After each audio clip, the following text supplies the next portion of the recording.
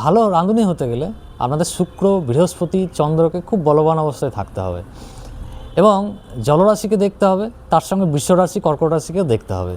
তাই আপনার ওয়াইফ বা মা তাদের জন্মকুণ্ডলিতে যদি দেখে থাকেন যে দ্বিতীয় ভাব এবং অষ্টম ভাব, দ্বাদশ ভাব, এই ভাবগুলিতে যদি কোনো শুভ গ্রহ থাকে, বিশেষ করে বৃহস্পতি, শুক্র এবং চন্দ্র বলবান অবস্থায় থাকে, তাহলে তার হাতের রান্না কিন্তু আপনাকে মনোমুগ্ধ করতে পারে, যে কেউ মনোমুগ্ধ হতে পারে।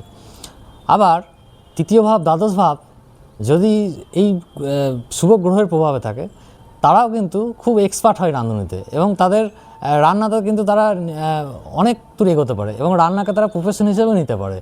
অনেকে দেখে থাকবেন যে ইউটিউবে রান্না করছে, ভিডিও দিচ্ছে, চ্যানেলে খুব নাম হচ্ছে, তাদের কিন্তু মনে রাখবেন যে তৃতীয় এবং দ্বাদশ ঘর অত্যন্ত শুভ, বলবান।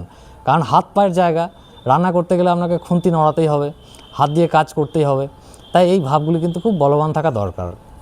আবার যার জন্মকুণ্ডলিতে চন্দ্র খুব বলবান, তার মধ্যে একটি কেয়ারিং মেন্টালিটি থাকে, তাই কেয়ারিং মেন্টালিটি ছাড়া কিন্তু এই রান্না কিন্তু ঠিকঠাক হয় না এবং তাদের হাতে রান্না খেয়ে কিন্তু আপনার খুব ভালো হজম হতে পারে, আপনি তৃপ্তি লাভ করতে পারেন এই চন্দ্র যদি ভালো থাকে। আবার খাদ্যাভ্যাস বা খাদ্য, আপনি কী ধরনের খাদ্য আপনি খেতে পছন্দ করেন, সেই বিষয়টি জানতে গেলে আপনার দ্বিতীয় ভাব কিন্তু দেখতে হবে। দ্বিতীয় ভাবে যদি কোনো শুভ গ্রহ থাকে, বিশেষ করে যদি বৃহস্পতি থাকে, তাহলে আপনার মিষ্টি গ্রহ খাবারে কিন্তু আগ্রহ বাড়তে পারে। আবার দেখেছি বৃহস্পতি যদি কোনোভাবে শনি গ্রহের দৃষ্টিতে থাকে বা রবি গ্রহের প্রভাবে থাকে, এই গ্রহগুলির প্রভাব থাকলে কিন্তু আপনার মাংসের প্রতি একটা আগ্রহ কিন্তু থেকে থাকতে পারে। দ্বিতীয় যদি রাহু থাকে, দ্বিতীয় রাহু কিন্তু আপনার যে সমস্ত আমিষ খাদ্যগুলো আছে বা যে সমস্ত ফাস্ট ফুডগুলো আছে, সেগুলোতে কিন্তু আপনার আগ্রহ কিন্তু বাড়িয়ে দিতে পারে।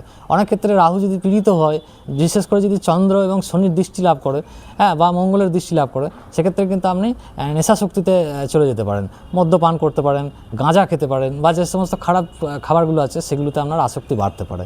শনি যদি থেকে থাকে, শনি থাকলে আপনার কষা খাবার বা তেতো খাবার এগুলোতে আগ্রহ থাকতে পারে, বা অদ্ভুত ধরনের যে খাবারগুলো আছে, বিস্বাদ খাবারগুলো, সেগুলি আপনার ভালো লাগতে পারে।